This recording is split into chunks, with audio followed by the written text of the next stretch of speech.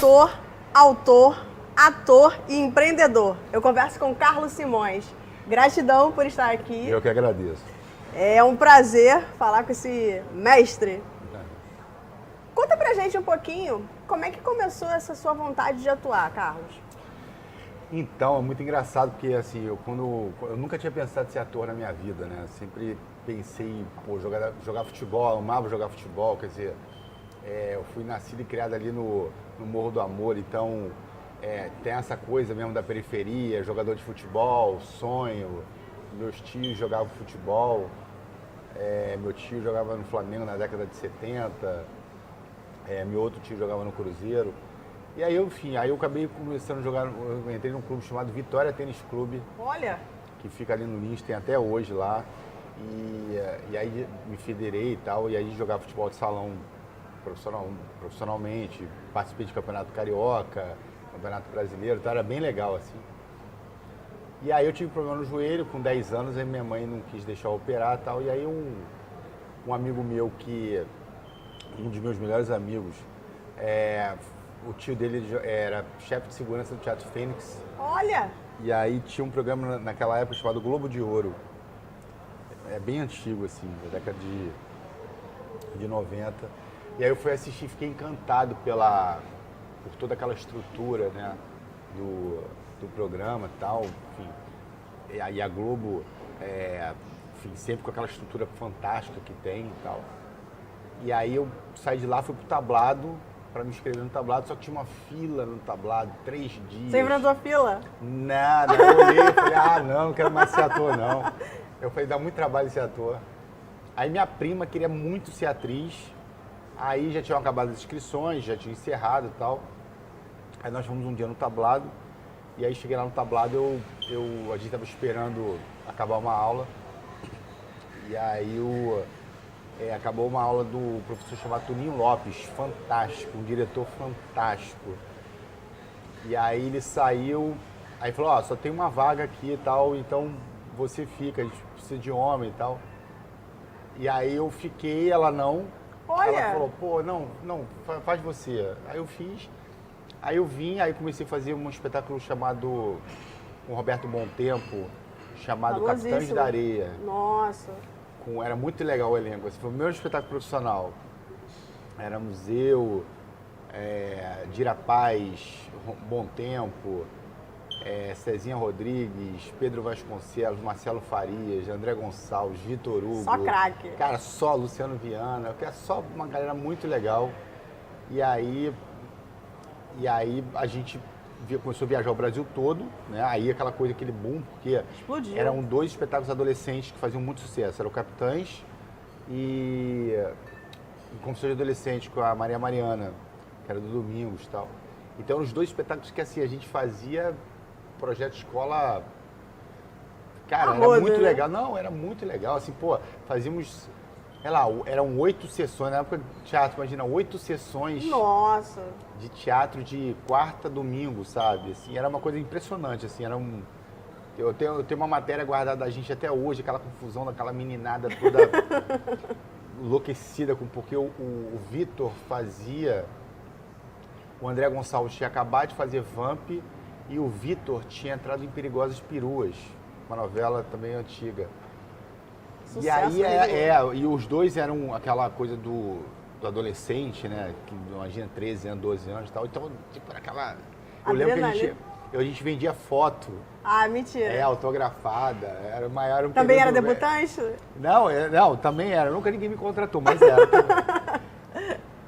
E aí foi muito legal, porque assim, o Capitães, a gente foi para Portugal e eu tive uma experiência, foi ali que eu de fato aprendi a produzir teatro com Bom Tempo e com a galera toda, com a equipe dele.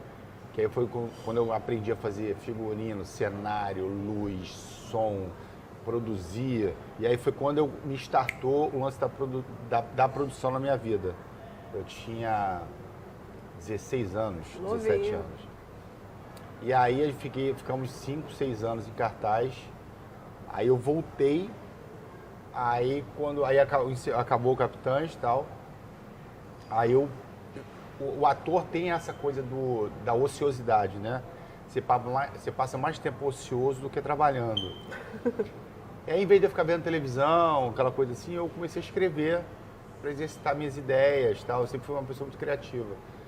E aí comecei a escrever, tal, e aí surgiu em 2006 para 2007 a ideia de fazer Os Homens Querem Casar, As Mulheres Querem Sexo. Que é um sucesso com mais de 2 milhões de pessoas que já assistiram em todo o Brasil. É verdade. Antes disso, eu tinha produzido, aí eu já tinha aberto minha produtora, aí eu fiz um espetáculo chamado Correndo Atrás, que era a história de 8 personagens que ficavam desempregados e participavam de uma dinâmica de grupo para arranjar para uma vaga.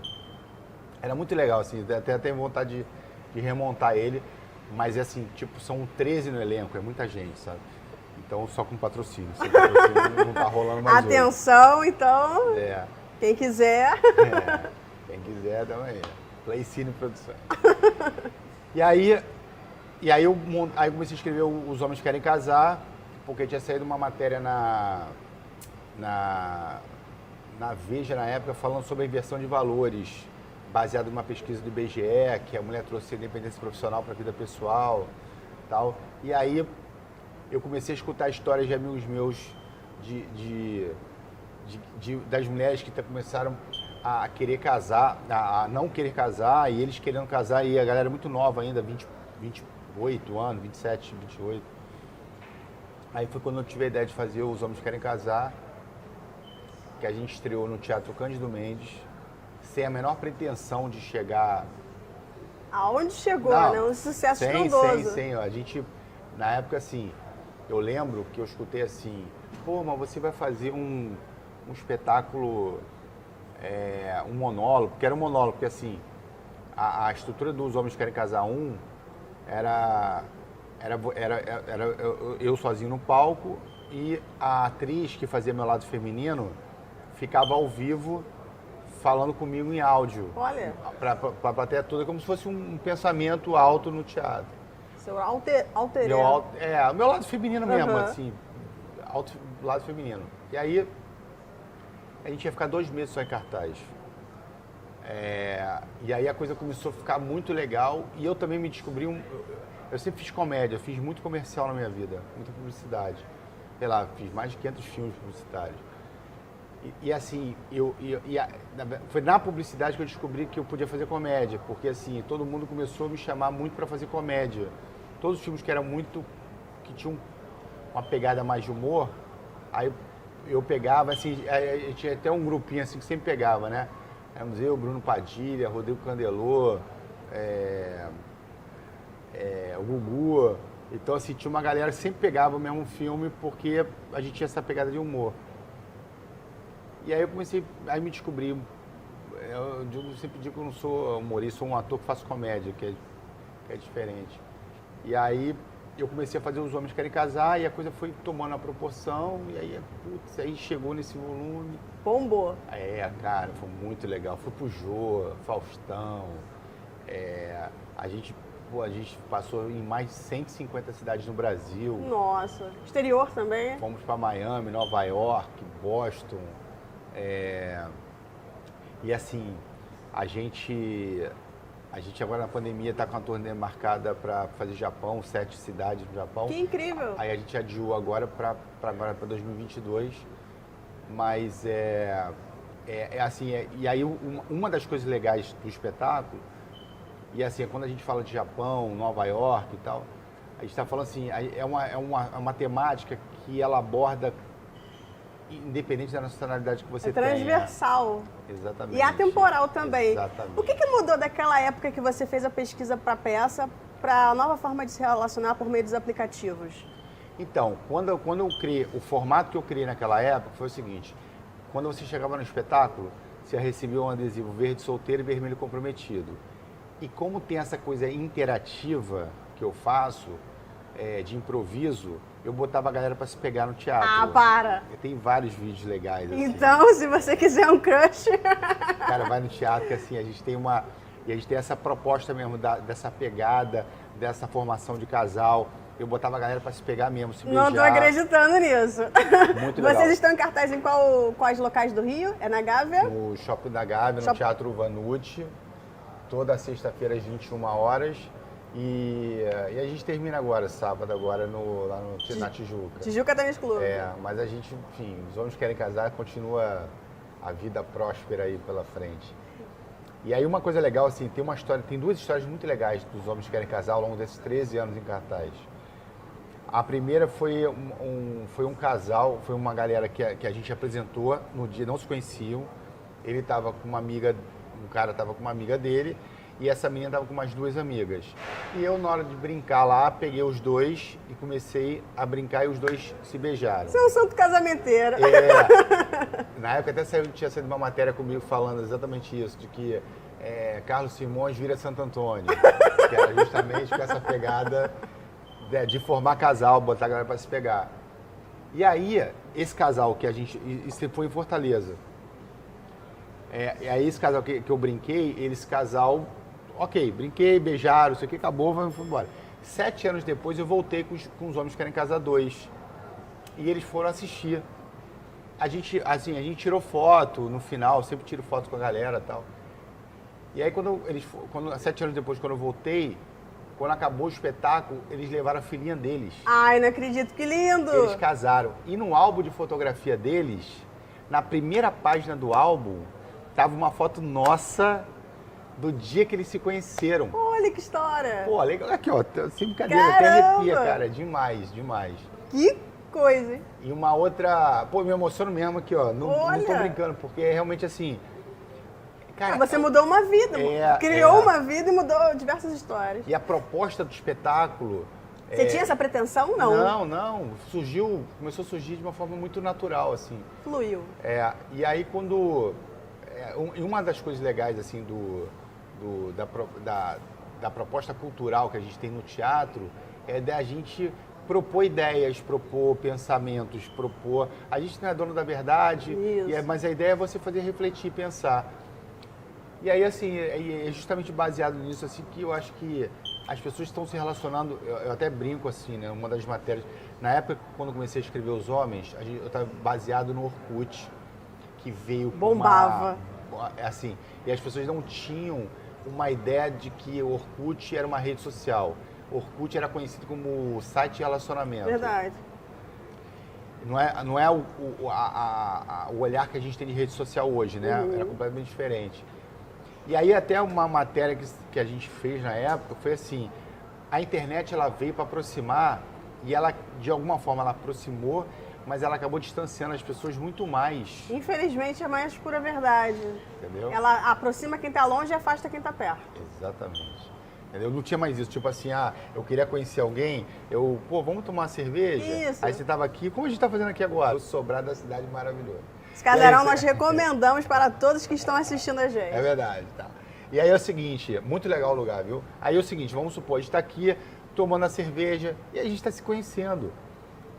O flerte. Mas isso era o que acontecia antes.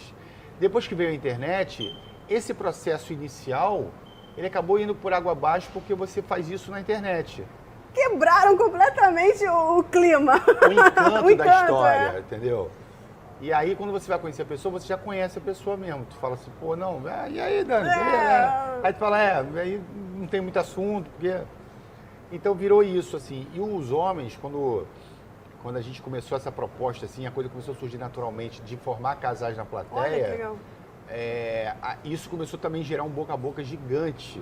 Os caras iam para poder pegar as mulheres? Para. Exatamente. Não acredito. É verdade. E as mulheres iam para pegar homem.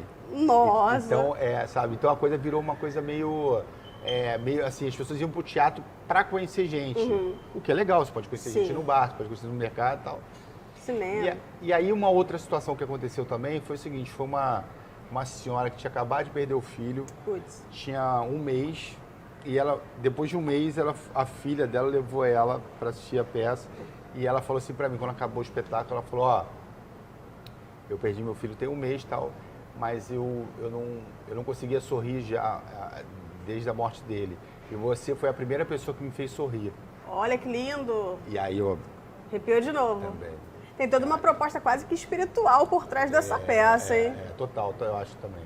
Eu acho que é uma missão de vida, porque assim, Os Homens Querem Casar se transformou num bloco de carnaval, né? A gente tem o nosso bloco de carnaval. Já virou filme também ou ainda não? Ainda não, a gente tá O que falta pra gente poder ver esse sucesso no cinema? Falta dinheiro, né? O que falta no filme? E sabe o que eu acho interessante? Eu vi que vocês tocaram o projeto de vocês sem patrocínio governamental, não é isso? Sempre foi. Como é que Como é que é tocar um projeto de arte num país que não apoia os artistas em várias situações? Eu sempre fui um cara muito empreendedor, né? Então, eu sempre o não pra mim não é não. O não pra mim, ele só é uma motivação para que eu consiga o não você já tem. Exatamente, é mais ou menos esse princípio. Então, assim, eu tenho muitos parceiros, sem parceria é impossível da gente estar fazendo. Então, assim, eu tenho muitos parceiros até hoje. JBFM, a própria TV Globo, a Rede Accord, hotel, restaurante. A gente tem vários parceiros, né, que sem isso você não consegue realizar. E eu também tenho muito a agradecer também a minha produtora Isabelle Granizo também, que é fantástica, assim, uma pessoa que hoje, né, ela entrou comigo no meio do processo, né, eu já estava há 5, 6 anos em cartaz, mas hoje a gente conseguiu construir muito mais coisa, porque também ela trouxe a expertise dela, a experiência dela também. Então, assim, e aí hoje a gente está trabalhando no filme para fazer com que o filme seja algo, uma história com mais base, né? A gente consiga contar essa história que a gente vem contando como mais situações, de 13 anos, né? mas como situações. E a gente vem contar ela de uma forma mais lúdica, de uma forma mais perceptível, né? Então, assim, a gente está trabalhando bastante, mas eu acho que, enfim, no final... Você virou um cupido, um santo casamenteiro e agora casou. Não casei. Ainda não? Não casei. Ah, o que está acontecendo? Conta pra gente daquele outro livro que você fez que fala sobre o divórcio. Chegou a ser desenvolvido no livro ou só ficou na peça de teatro? Então, o que acontece? Os Homens Querem Casar se transformou numa trilogia, uma quadrilogia na real, né? Os Homens Querem Casar 1 e 2, depois Minha Mulher Não é Minha Chefe, que é quando ele tá... Os Homens Querem Casar é quando ele tá solteiro. Minha Mulher Não é Minha Chefe, quando ele tá casado. E o Corra, que a minha mulher vem aí com os divorciados, é quando ele tá se divorciando. Que problema, hein? E aí, assim, e aí essas 3 etapas do relacionamento, mas todas com muito bom humor. E a gente finalizou essa história com o Corra, né, com os divorciados, que o Cadu Moliterno fazia com a gente e tal. Que a gente fez durante 4, 5 anos.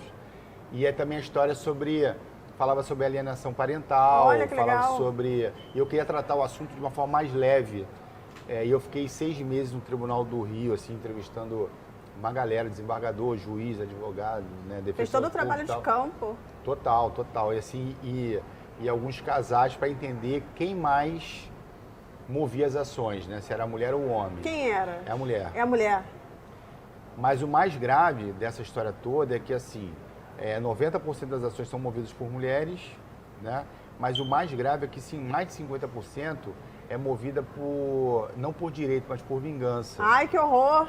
E aí acaba usando o filho como moeda de troca. Que é um absurdo, hein, pessoal? E nossa proposta dentro do espetáculo era o seguinte: você propor essa reflexão sobre esse momento, que é um momento difícil, né? Propor essa reflexão e cada um tomar a sua decisão. Mas tanto que a gente levou essa proposta até para o Tribunal de Justiça, querendo propor para que as pessoas, assim, durante o mês, vamos supor, eu tenho lá 50 processos de divórcio lá que vão ser julgados durante aquele mês. Então você tem o primeiro contato ali, que é para saber se entra no acordo, né? Aquela coisa do acordo inicial. Então, antes de ter o acordo, a proposta era, uma vez por mês, essas pessoas, esses casais, são obrigados a assistirem o espetáculo. Não acredito nessa história. Não, a gente propôs isso para o tribunal. Certo. De assistir o espetáculo, e depois que eles assistirem o espetáculo, eles iriam para a audiência de acordo lá, tal, de conciliação. E aí poderiam estar refletindo sobre aquilo que Porque aí muitas Quer vezes... mesmo separar? Não, então assim, vamos separar, mas pô, não vamos, pô, não vou usar meu filho. Lindo isso. Vamos relevar. E assim, eu sempre digo o seguinte, no final do espetáculo eu até falava isso, é preferível um mau acordo do que uma boa briga.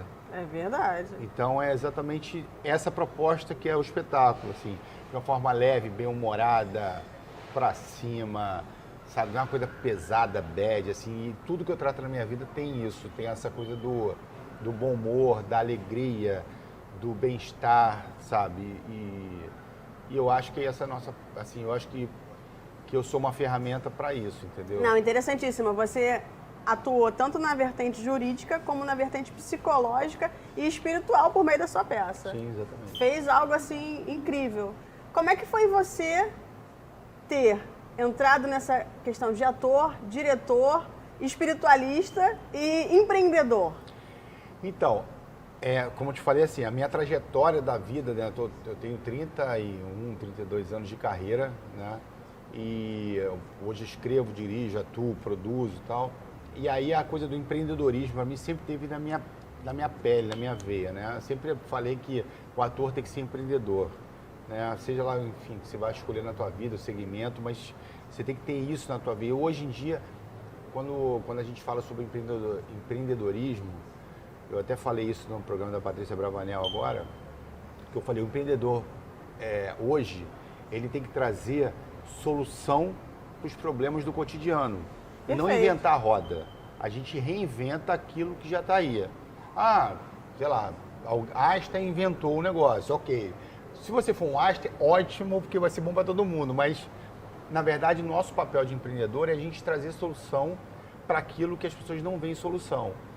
E quando eu montei a Casa da Rabanada, que começou com uma coisa muito de que eu fazia rabanada para os amigos e tudo isso, assim, sempre foi muito boa, sempre foi assim, tanto que as pessoas me procuravam para fazer, né, mas só os amigos. E aí quando eu comecei na crise de 2016, quando eu comecei a trabalhar a rabanada, ela veio assim, eu falei, pô, a gente começou a fazer normal, né, todo dia tinha produção e a gente vendia para as pessoas, mas feito no dia.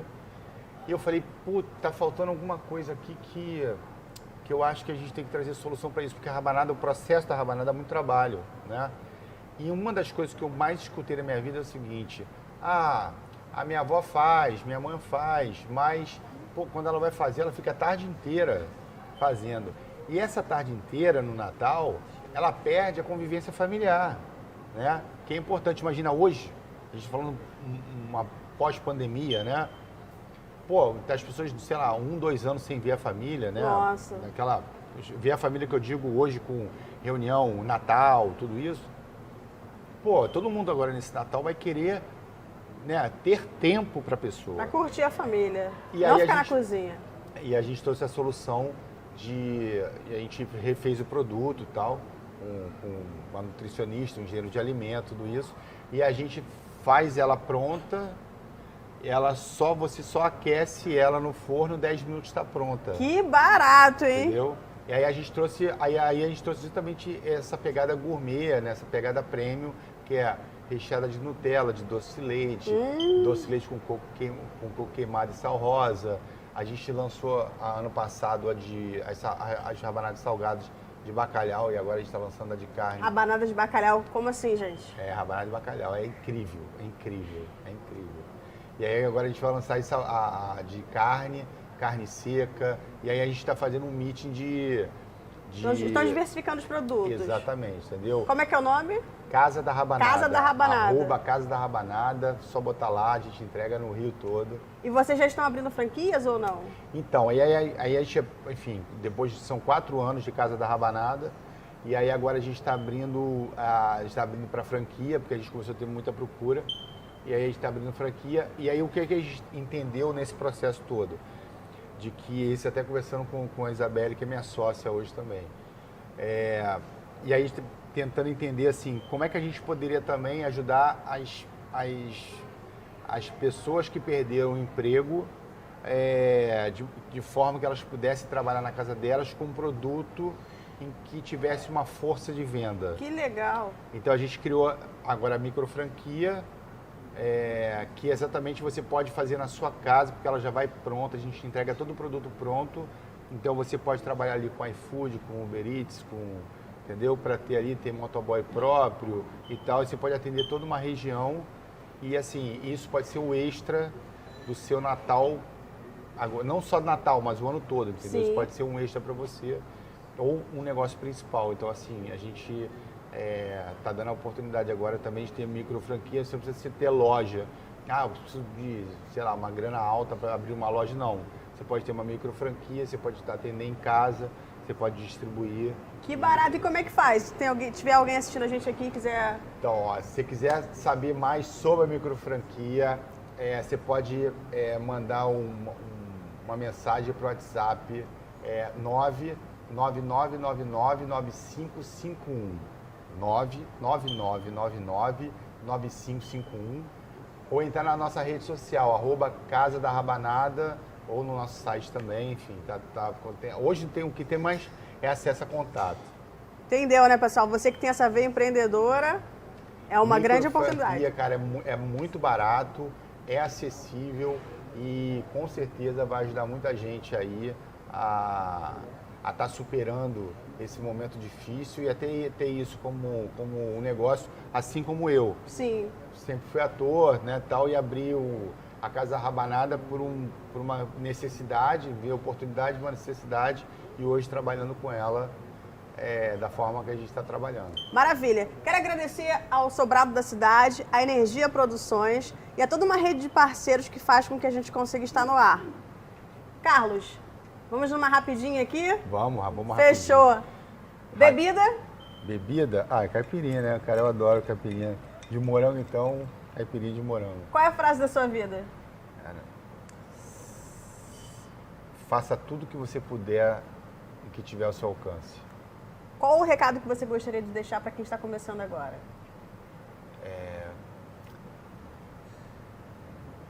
Dê valor para quem está do seu lado. Sempre. Se a vida fosse um prato de comida, qual seria o nome? Prato de comida? Porra, pensei em todas agora. Qual seria o nome do prato de comida? Cara, eu acho que... você me pegou agora. Nome de prato de comida? Peraí, gente. Valendo! Valendo, pois é, pô. Eu acho que seria... podrão. Como tudo, que eu como tudo. Só não como giló, o resto eu como. Giló realmente... Como até porta. Qual o filme que te impactou? Cara, um filme que eu amo assim, que assim, acho o texto, a arte, figurino, cenário. Cara, eu sou apaixonado, é Moulin Rouge. Pra mim é um dos melhores filmes, trilha, o formato que foi feito, pra mim é um dos melhores filmes que tem. O livro que você não tira da sua cabeceira hoje? Hoje eu te falo a verdade que hoje eu não tenho tempo muito de ler, não. Mas, porque eu escrevo muito, assim.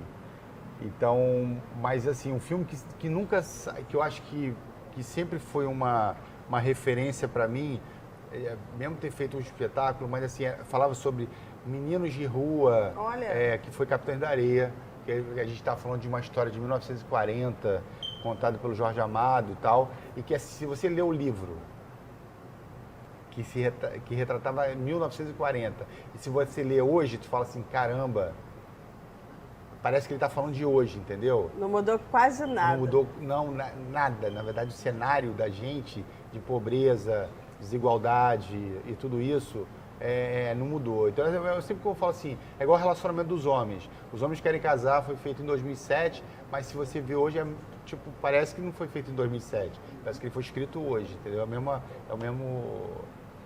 coisa. Pouca coisa mudou de lá pra cá. Qual o Brasil que você quer daqui a 20 anos? Cara, eu quero um Brasil com oportunidades para todos, de uma forma muito igual. Quando eu falo oportunidade para todos, é oportunidade de estudo, uma oportunidade de social, financeira, as pessoas terem a oportunidade de trabalharem e construir seus sonhos. Se você tem um mundo mais igual, você consegue fazer com que a felicidade das pessoas fique mais implícita, que as pessoas produzam mais, porque pessoa feliz produz mais. Ela consegue... Eu li uma matéria super rápida agora, eu sei que você está terminando. Nada. Mas super rápido, é o seguinte, a gente falou sobre ocitocina, eu sempre esqueço o nome disso, ocitocina. Ocitocina. Ocitocina. O hormônio. É o hormônio da felicidade. Sim. E tal. E aí tava falando o seguinte, um especialista, eu vi ontem isso, um especialista falando o seguinte, de que quando você faz um bem para alguém, sem esperar nada em troca, você libera a ocitocina sua e da pessoa que está recebendo o bem. Olha. E essa pessoa que está recebendo o bem, ela libera ocitocina o suficiente para ela irradiar para as outras pessoas que estão em volta dela. Incrível. Sem esperar nada em volta, em troca. Então, por exemplo, eu falo assim, pô, você está com sede, eu pegar uma água e eu não quero te vender água, eu quero só te dar água. Eu quero que você seja feliz com essa água. Mate sua sede, mate sua necessidade, tudo isso. Vai te liberar de tal forma que você vai irradiar isso para as outras pessoas. Então é isso. Pessoas felizes irradiam para outras pessoas. Fazer o bem faz bem para todo mundo. Façamos todos o bem sempre. Exatamente, sempre isso. Carlos Simões, muito obrigada, gratidão por estar contigo. Eu que agradeço, obrigado Começando a você. essa série de programas que vai ao ar no nosso canal no YouTube e em outras TVs no interior do Rio de Janeiro. Cara, siga lá, prestigie, porque é muito legal, essa mulher é muito inteligente. A equipe é fantástica, vale a pena. Gratidão. Eu que E agradeço. todo mundo antenado e ficando ligadinho para o filme. Tem Vamos estreia ter. quando? Não tem ainda previsão. Tem. Você volta. Eu nem falar, porque eu fui no jogo, falei que a gente ia estrear lá atrás. Melhor e aí não. melhor não, agora eu não falo mais nada sobre data. Mas vamos conversar sobre ele. É, Isso aí. Tchau, tchau, pessoal. tchau, tchau.